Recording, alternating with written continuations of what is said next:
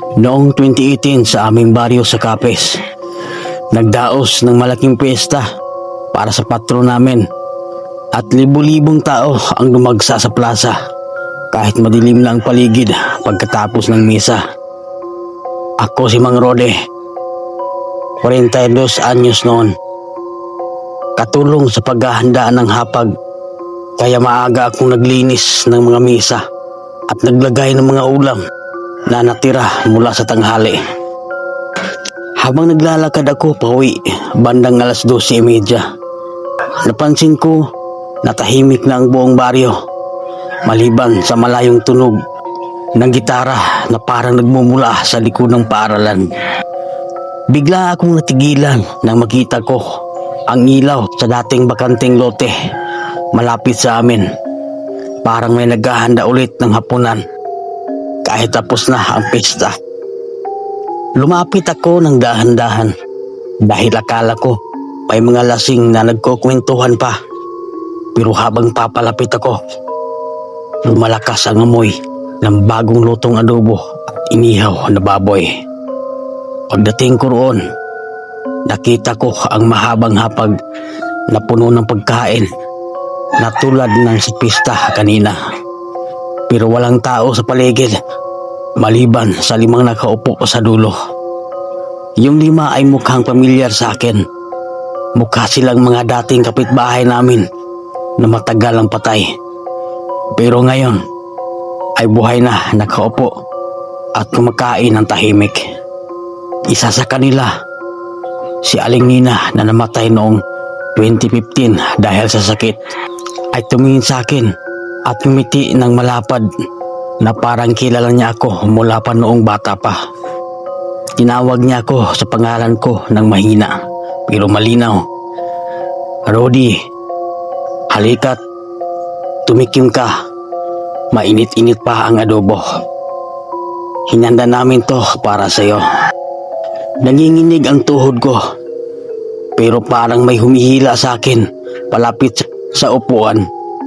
Kaya umupo ako kahit labag sa loob ko dahil sa takot na baka magalit sila. Nagsimula silang magkwentuhan tungkol sa mga nangyari sa baryo. Parang ordinaryong hapunan lang ng pamilya, pero malamig ang hangin sa paligid. Bigla akong napansin na wala silang anino sa ilalim ng ilaw, kahit na maliwanag ang buwan sa itaas ng puno ng balite sa likod. Tinikman ko ang adobo dahil pinilit nila, pero pagkagat ko, parang may kakaibang lasa na parang dugo na hinahalo sa tuyo at suka. Nang tingnan ko ulit sila, nakita kong unti-unting nagbabago ang anyo nila. Lumalabas ang mahabang dila at matutulis ng ngipin habang nguminguya sila. Si Aling Nina ay tumawa ng mahina at sinabi, "Huwag kang matakot, Rodi. Isa ka na rin sa amin pagkatapos ng huling subo mo." Bigla akong napahawak sa tiyan ko dahil sumakit ito ng husto. Parang may humihila sa loob ng katawan ko, palabas ng balat. Habang nanginginig ako, narinig ko ang malayong ugong ng aso sa buong baryo. Nag-aalam na may masamang nangyayari. Sinubukan kong tumayo pero hindi ko maigalaw ang mga paa ko. Parang nakadikit na sila sa lupa sa ilalim ng hapag.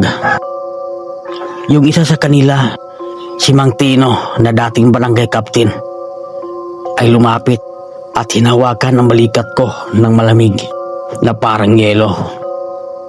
Sinabi niya, matagal na naming hinintay ang huling bisita sa hapunang ito. Ikaw na ang magiging katapusan ng tradisyon namin. Biglang nawala ang mga ilaw at naging dilim na lang ang paligid. Pero kita ko pa rin sila dahil sa kanilang nagliliwanag na mga mata. Sumigaw ako ng malakas para humingi ng tulong pero walang sumagot. Kahit ang aso ay biglang tumigil sa pagtahol. Naramdaman ko ang unti-unting paghihiwalay ng balat ko sa katawan habang sila ay tumatawa ng sabay-sabay sa paligid ko. Sa wakas, nawala na ang sakit at naramdaman ko ang bagong lakas na dumadaloy sa ugat ko. Parang nabuhay ulit sa ibang anyo. Pagbukas ko ng mata, wala na sila sa hapag. Ako na lang ang naiwan at ang pagkain ay nawala na rin. Parang walang nangyari. Nang lumingon ako sa paligid, nakita ko ang araw na sumisikat na sa baryo. Pero walang tao sa labas kahit oras na ng umaga. Pag-uwi ko sa bahay, nakita ko sa salamin na may bagong piklat sa leeg ko na hugis ng kagat ng hayop na hindi ko maalala.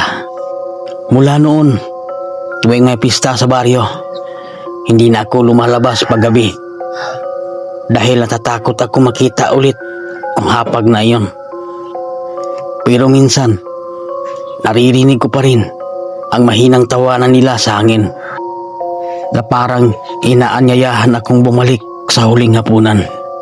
Kung sakaling makita mo ang mahabang hapag na iyon sa gitna ng dilim pagkatapos ng pista, huwag kang lalapit dahil baka ikaw naman ang susunod na bisita.